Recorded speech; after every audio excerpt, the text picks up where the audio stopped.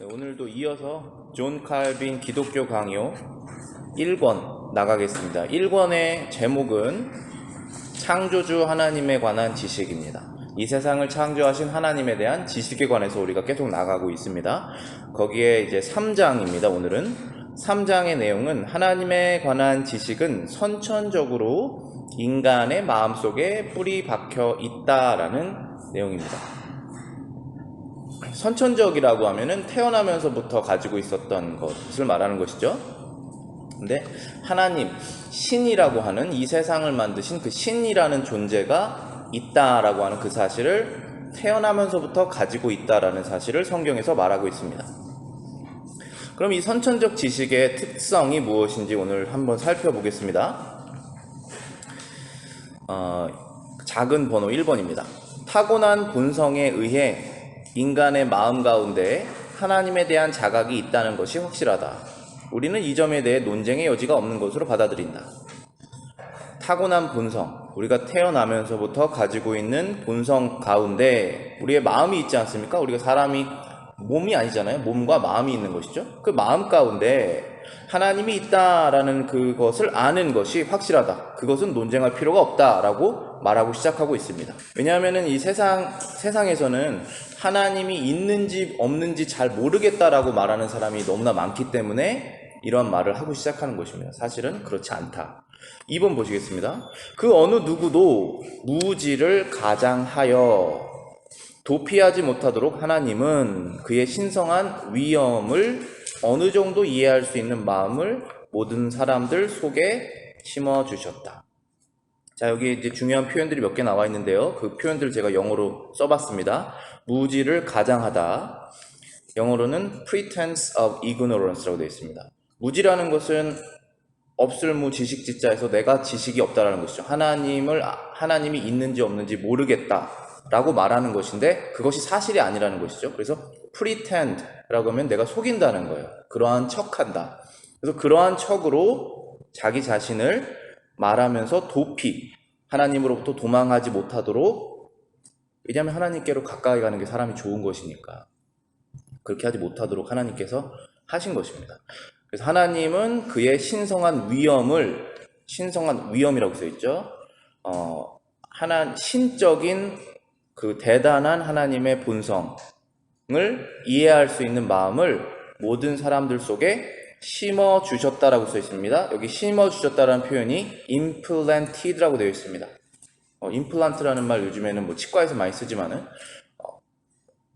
없는 이빨을 잇몸에 심어 놓는 것이지 않습니까? 뿌리를. 그런 것처럼 마음속에 심겨져 있습니다. 근데 그것을 뺄 수가 없어요, 사람이. 빼어진 것처럼 가장할 뿐입니다. 하나님께서 그것을 심어주신 거예요. 왜냐하면 하나님은 아버지시기 때문에 아버지 없이 살 수 있는 사람은 없지 않습니까? 그래서 심어주신 것이고 3번입니다. 그러므로 인간은 누구나 한 사람도 빠짐없이 한 분이신 하나님이 계시며 그가 그들의 창조자임을 깨닫고 있기 때문에 하나님을 경배하지 않거나 그들의 삶을 그의 뜻에 따라 바치지 않으면 그들 스스로의 증거에 의해 정죄를 받는다. 자, 이것이 무슨 뜻이냐면은 한 사람도 빠짐없이 There is God. 하나님이 거기에 계시다. 하나님이란 분이 계시다. 그리고 그분은 Maker. 이 세상을 만드신 분이시다라는 것을 마음속에 알고 있기 때문에 모든 사람들이 알고 있기 때문에 하나님을 경배하지 않거나 하나님을 예배하지 않는 것이죠. 그리고 그들의 삶을 우리가 매일매일 살아가잖아요. 결정을 하면서 그 삶을 하나님의 뜻에 따라서 바치지 않는다면 이 삶이 내가 원하는 대로 사는 것이죠. 그렇게 한다면 그들 스스로의 증거에 의해 정죄를 받는다. 그들 스스로의 증거라는 것은 자기 마음속에 알고 있는 하나님에 대한 지식으로 인해서 알고 있는데 하지 않았기 때문에 정죄를 받는 것이다 라고 말하는 것입니다. 우리는 우리의 죄 때문에 정죄를 받는 거예요. 우리는 알고 있으면서 하지 않았기 때문에 정죄를 받는 것입니다. 그래서 정말 하나님 심판대 앞에 갔을 때 할 말이 없는 거예요. 아마도 아무도 말을 못할 거예요. 어떠한 정죄를 받을 때. 왜냐하면 이미 알고 있었기 때문에 그렇습니다. 4번입니다. 아무리 야만스러운 민족이거나 또 아무리 미개한 사람들이라 할지라도 그들의 마음 깊은 곳에 하나님은 있다는 신념을 가지고 있다. 비록 다른 면에 있어서는 짐승과 조금도 다를 바가 없는 것처럼 보이는 사람일지라도 종교의 씨앗을 어느 정도는 지니고 있는 것이다. 그렇죠. 뭐 아주 일반적으로 나오는 질문 중에 하나가 아마존에 사는 원주민은 뭐냐 이거죠. 그거예요. 지금 그 말을 하고 있는 것입니다. 존 칼빈이. 야만이든 미개인이든 심지어 식인 중일 수도 있죠. 그런 사람들 가운데서도 거의 짐승하고 다름이 없습니다. 그런데 그들이 어떠한 우상 숭배를 하고 있다는 거예요. 종교적인 씨앗이 마음속에 있다는 것입니다. 누구를 찾고 있냐 이거예요. 그것이 왜 심겨져 있냐는 것이죠. 5번입니다. 그러므로 창세 이후로 종교 없이 산 지역, 도시, 가정은 없었다. 이것이 바로 하나님에 대한 감각이 모든 인간의 마음에 새겨져 있다는 무언의 고백이 되는 것이다. 6번입니다. 실제로 우상숭배까지도, 여기에서 이제 그 말이 나오는 거죠. 우상숭배까지도 이 개념에 충분한 증거가 된다. 우리는 인간이 다른 피조물을 섬기기 위해 자기 자신을 기꺼이 낮추지 않는다는 것을 알고 있다. 그런데 인간들은 하나님을 가지고 있지 않다고 생각되기보다는 차라리 나무나 돌에라도 예배를 한다. 분명히 이것은 신적 존재에 대한 가장 선명한 인상이다. 자, 이 문장은 무슨 뜻이냐면은 우상숭배까지도 사람이 마음속에 신적인 지식을 갖고 있다는 뜻인데, 사람을 가만히 생각을 해보자 이러는 거예요. 사람이라는 존재는 어떠한 자기 이외의 다른 존재에게 머리를 숙이지 않는 존재라는 거예요. 그러한 본성이 심하게 깔려있는 사람일지라도 무언가를 섬기고 싶어 한다는 것입니다. 그런데 사람이 가만 놔두면 하나님께로 스스로 가는 사람이 없잖아요. 그래서 당연히 하나님을 섬겨야 되는 것이 맞는데 그렇게 하고 싶지 않기 때문에 다른 걸 섬긴다는 것입니다. 이러한 것이 사람 속에 신적 지식을 갖고 있다는 충분한 증거가 된다. 왜냐하면 사람이 그렇게 다른 사람을 자발적으로 섬기지 않는 본성이 심하게 깔려 있는데도 불구하고 무언가를 잡고자 하는 그러한 본성이 있는 것을 또 보면 이건 분명히 그러한 지식이 있는 것이라는 것을 증명하는 것이다 라고 말하고 있는 것입니다. 7번입니다. 이것을 인간의 마음으로부터 지워버리는 것은 불가능한 일이라서 차라리 인간의 천성적 기질을 바꾸는 것이 쉬울 것이다. 따라서 인간은 선천적인 오만함을 버리고 하나님을 위해 가장 낮은 곳까지 자신을 낮추게 될 때 변화한다. 인간의 마음속에서 There is God, 하나님이라는 것이 계시다라고 하는 그 지식을 지워버리는 것은 불가능하다. 이게 진리입니다. 그래서 어떤 것이 더 쉬운 것이냐면 차라리 인간이 안 되게 만들어버리면 더 쉽다는 것입니다. 천성적 기질을 바꾸는 것이 더 쉬울 것이다. 근데 그거 불가능하죠.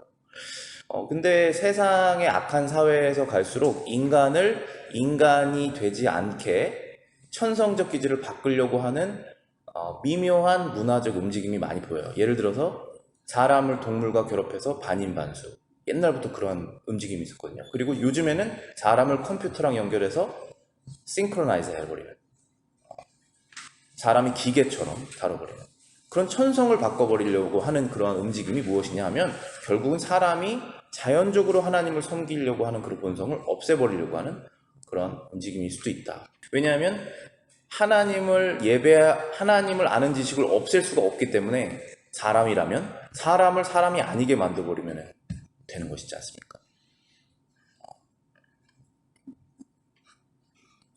따라서 인간은 선천적인 오만함을 버리고 하나님을 위해 가장 낮은 곳까지 자신을 낮추게 될 때 변화한다. 로마서 1장 18절부터 1절에 이런 말씀이 구체적으로 써 있습니다. 제가 읽어보겠습니다. 하나님의 진노가 불의로, 악한 뜻이죠. 불의로 진리를 막는 사람들의 모든 경건하지 않음과 불의에 대하여 하늘로부터 나타나나니, 이는 하나님을 알만한 것이 그들 속에 보임이라. 하나님께서 이를 그들에게 보이셨느니라. 자, 여기까지 보겠습니다. 하나님의 진노가 있는데 그 진노가 하늘로부터 나타나신다라고 말씀하시는 것입니다. 그런데 왜 하나님께서 그 진노를 세상에 나타나시느냐 하면 그 이유가 어떤 사람들의 경건하지 않음과 악함 때문이다라고 말하고 있습니다. 그런데 그 사람들의 경건하지 않음과 악함이 무엇이냐 하면 진리라는 것이 있는데 그 진리를 막고 있는 행태다라는 것입니다. 그런데 진리가 무엇이고 진리를 어떻게 막는지가 중요하겠죠? 진리가 무엇이고 진리를 사람들이 어떻게 막고 있느냐라는 것입니다. 그 모습을 하나님께서 보시고 진노를 하신다는 것입니다. 그것을 멈추도록. 19절입니다. 이는 하나님을 알만한 것이 그들 속에 보임이라. 하나님께서 이를 그들에게 보이셨느니라. 자, 여기서 진리를 알려주신 것입니다. 이 진리라는 것은 시간이 변해도 변하지 않는 내용이죠. 이 진리라는 것은. 그리고 사람이 아무리 크게 소리 지르고 화를 내도 변하지 않는 것이 진리지 않습니까? 그리고 다수결을 해서 99명이 맞다고 해도 한 명이 진리를 선택할 수 있지 않습니까? 변하지 않는 그 진리라는 것이 무엇이냐면은 하나님을 알만한 것이 그들 속에 있다라는 것입니다. 그들 속에 하나님을 알고 있다라는 것입니다. 그런데 알고 있지 않다라고 막고 있다라는 것이죠. 진리를 마음속에서 나는 모른다, 나는 알 수 없다 라고 해서 자신의 삶을 하나님께 드리지 않는 본성이 사람 가운데 깔려 있다라는 것입니다. 우리가 이런 느낌이 뭔지 다 알잖아요. 우리가 그리스도인이 되기 전에, 그리고 되고 나서도 그런 유혹을 받을 때가 있지 않습니까? 20절입니다. 창세로부터 그의 보이지 아니하는 것들, 하나님은 보이지 않으시죠. 그리고 하나님의 지금 보이지 아니하는 것들이 이제 나오고 있습니다. 곧 그의 영원하신 능력, 그리고 영원하신 신성이 그가 만드신 만물에 분명히 보여 알려졌으니 그러므로 그들이 핑계하지 못할지니라. 하나님을 알되 하나님을 영화롭게도 아니하며 감사하지도 아니하고 오히려 그 생각이 허망하여지며 미련한 마음이 어두워졌다라고 말씀하고 계십니다. 자, 그러면은 사람들 마음속에 어떠한 진리가 새겨져 있느냐? 우리 존 칼빈의 표현으로 말하면은 심어져 있다, 임플란티드라고 말하는 그 하나님의 지식은 무엇이냐 하면 여기선 두 가지라고 지금 말씀하고 있습니다. 첫 번째는 하나님의 영원하신 능력, 그리고 두 번째는 하나님의 신성, 두 가지입니다. 능력은 너무나 분명한 얘기니까 제가 설명할 필요 없고, 그 단어가 신성이라는 것은 하나님의 성품이라고 말할 수 있습니다. 하나님의 성품. 그럼 그것이 어디에 있느냐? 능력과 성품이 어디에 드러나 있느냐 하면은 만물에 드러나 있다는 것입니다. 어떠한 사람도 만물 밖에 살 수 없죠. 우리는 흙을 밟고 삽니다. 우리는 태양빛을 받고 베네핏을 누리면서 삽니다. 우리는 공기에서 숨을 쉬면서 삽니다. 우리는 사계절이 바뀌는 것을 예상하고 옷을 준비합니다. 다음날 태양이 뜰 것을 생각하고 두려워하지 않고 잠을 잡니다. 모든 것이 지금 이루어지고 있는 이 만물 가운데 살고 있는데 거기에 무엇이 나타나 있느냐면 능력과 신성입니다. 아무도 이 자연을 마음대로 주무를 수 없죠. 하나님께서 정하신 대로 움직이고 있습니다. 거기에는 무엇이 있느냐면 하나님의 능력이 이렇다라는 것을 보여줍니다. 그 대자연 속에서, 이 대우주 속에서. 그건 능력이죠. 다 알고 있는 거예요. 모른 척할 뿐입니다. 그런데 하나님의 성품은 무엇입니까? 항상 정확하시고 은혜로우시고 사랑이 넘치시는 그 성품대로 자연이 움직이고 있다라는 그 사실을 우리가 마음속에 알고 있다라는 것입니다. 그래서 다음 페이지 넘어가시면은 그것이 알려졌나니 그러므로 그들이 핑계하지 못할지니라. 여기서 말하는 그들은 누구죠? 맨 처음 구절에 나왔던 하나님의 진리를 알고 있으면서 불의로 진리를 막으려고 하는 자들, 우리 모두 죄인이죠. 아직 회개하기 전에 일어나는 그들의 상태임에도 불구하고 핑계하지 못할 것이다 라고 말하는 것입니다. 비록 모른다고 말할지라도 핑계할 수 없다. 왜냐하면 21절에 정확하게 말씀하시죠. 그들은 하나님을 안다 라고 말하고 있는 겁니다. 하나님을 알되 그러나 하나님을 영화롭게도 아니하며 감사하지도 아니하고 오히려 그 생각이 허망하여지며 미련한 마음이 어두워졌다. 하나님께서 원하시는 것은 이거예요. 하나님께서 원하시는 것은 모든 것을 하나님께서 하셨습니다라고 그 칭찬과 영광을 받으시기를 원하시는 것입니다. 왜냐하면 그분이 다 하셨잖아요. 영광을 드린다는 말을 우리가 입버릇처럼 해요. 하나님께 영광 드리는 삶을 살고 싶다. 하나님께서 영광 받으시기를 원합니다. 그것은 정말 다 하셨으니까 다 하셨다는 칭찬과 영광을 받으신다는 거예요. 받으셔야 된다는 거예요. 그러려면 그분이 어떠한 분인지를 알고 그분이 무엇을 하셨는지를 알아야 된다는 거예요. 그런데 알면서 모른 척하면 이걸 못하게 됩니다. 영광을 못 드려요. 내가 한 줄 압니다. 그래서 감사를 못 드려요. 진짜 감사할 뿐만 딱 빼고 다른 것에 감사를 하는 게 사람의 죄성이지 않습니까? 어떠한 일이 일어나면 우연적으로 돌리든지 아니면 누구의 도움을 통해서 그 일이 나왔으면 그 사람에게만 감사하든지 또 그 사람에 감사하고 싶지 않아서 다른 요소를 찾든지 그런 일을 하잖아요, 사람이. 결국은 하나님께 드려야 할 감사를 못 드려요, 우리가. 그래서 하나님께서 진노하신다는 거예요. 그래서 그렇게 되면 우리가 그렇게 악하고 어리석게 돼버리면 생각이 허망해진다는 것입니다. 우리가 생각이 허무하지 않으면 정말 자유롭게 살죠. 그런데 생각이 허무해지면 굉장히 힘듭니다, 삶이. 허무해져서 마음이 미련해지는 것이에요. 마음이 미련해져서 어두워집니다. 그러면 밝은 하나님이 계신데 하나님을 모르는 것처럼 눈을 감고 사는 거예요. 모든 사람 마음속에 하나님을 아는 지식이 있는데 그 지식은 만물을 통해서도 알 수 있다. 그것은 하나님의 능력과 하나님의 신성이다. 이 두 가지 내용입니다. 그럼 2번 보시겠습니다. 그렇기 때문에 종교는 임의로 창조해낸 것이 아니다. 자, 여기서 창조해냈다는 영어 표현 보시면은 invention이라고 되어 있습니다. invention은 발명이라는 뜻이에요.